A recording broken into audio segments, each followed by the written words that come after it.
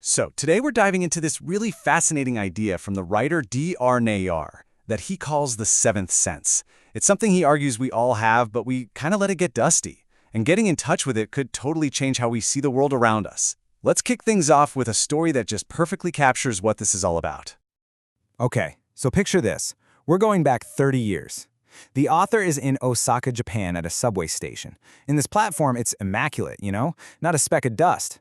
But then his friend finishes his cigarettes and just casually tosses the empty box onto the ground. Now this is where the story gets really good. A local guy sees the pack of cigarettes on the ground, but he doesn't shout, he doesn't give a dirty look, doesn't start a fight. He just calmly walks over, picks it up, and puts it in the trash. And then he turns to the author's friend, gives a little bow, and smiles. And that's it. That one simple, quiet gesture stuck with the author for 3 decades. So that quiet, respectful act, that is the seventh sense in action. But what is it really? It's really important to get that this is about so much more than just, following the rules. Okay, so the official term for this is civic sense. But this isn't about some boring textbook definition or doing something because you're scared of getting a ticket. It's more like a shared agreement, this unspoken value we all contribute to create a world where we all feel safe and respected, whether you're on a crowded train, in the office, or just walking down the street. And this is the part I think is so brilliant. Instead of thinking of it as a duty or some chore you have to do, the author says we should think of it as another one of our senses. Just like sight or hearing, it's a fundamental part of how we experience the world. So how does that work? Well, this seventh sense basically acts like a director for your other senses. So with your sight, you don't just see a piece of trash. Your seventh sense tells you, hey, that doesn't belong there, and you pick it up. Your hearing doesn't just register that someone's playing loud music. It senses, you know what? This is a library, a quiet space, and you respect that. It's like this extra layer of social awareness that completely changes how you interact with everything. And if you need a simple rule to live by, this is it. This quote absolutely nails it. The whole idea is just that my convenience shouldn't make things harder for you. Think about leaving your shopping cart in the middle of a parking spot. Sure, it saves you 30 seconds, but now it's a huge pain for the next person trying to park. This simple idea is the key.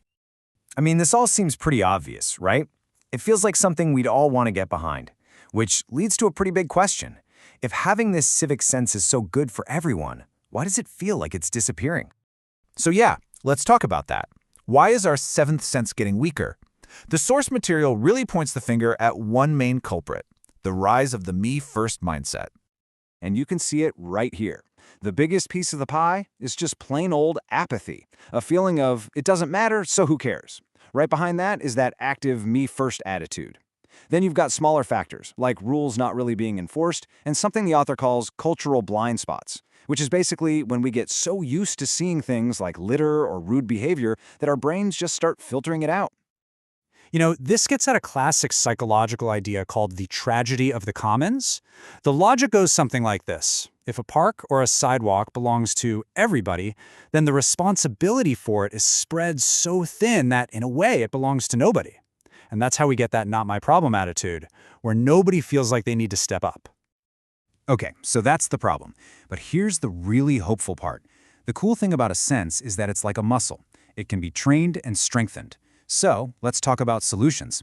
This is all about what the author calls your civic superpower and how you can reawaken that seventh sense. The very first step is just a small shift in how you think about it. Using your civic sense isn't a chore, it's not a burden. The author argues it's actually a superpower, one that directly makes your own life better by making the world you live in cleaner, safer, and just kinder. So how do we build up this superpower? Well, there are 3 really simple, totally doable steps. First, lead by example, just like that man in Osaka. Second, and I love this one, use the 10-second rule. If you see a good thing you can do and it takes 10 seconds or less, just do it. Don't overthink it. And third, be kind. And remember, that counts for online spaces too.